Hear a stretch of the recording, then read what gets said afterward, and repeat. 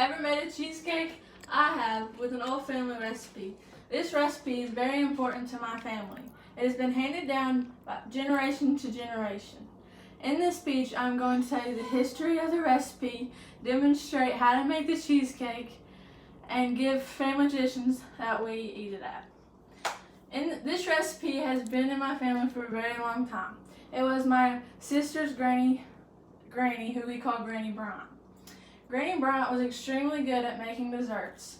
She made lots of different desserts, but her cheesecake was her favorite. My mom was also very fond of this cheesecake, so Granny Bryant made her a handwritten recipe book that had various desserts and her favorite dishes, but most importantly, it had her cheesecake recipe. Now on to cooking the cheesecake. First, you will need an 8 by 10 pan and to set out your 2 cream cheeses. Then, for the crust, you need 2 sleeves of graham crackers, which for the crust you need to mash down with a rolling pin or with anything else.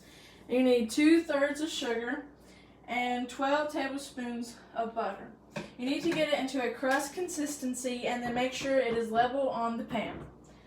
Then for the top layer of the cheesecake. For the top layer of the cheesecake, you need your 2 cream cheeses, the 14 ounce of sweet condensed milk or 1 can. Then you need 1 teaspoon of vanilla and 2 tablespoons of lemon juice. When you add it all in the thing, you need to use your mixer at about 2 or 3, as in the speed, and mix it until there's no lumps in there. After you have done this, you need to get your top layer on the pan. You put it on there at first, and then once you are done, you make sure that it is also level with the pan.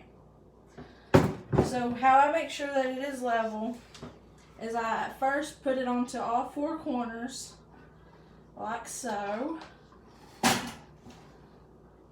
And then you just kind of go back and forth.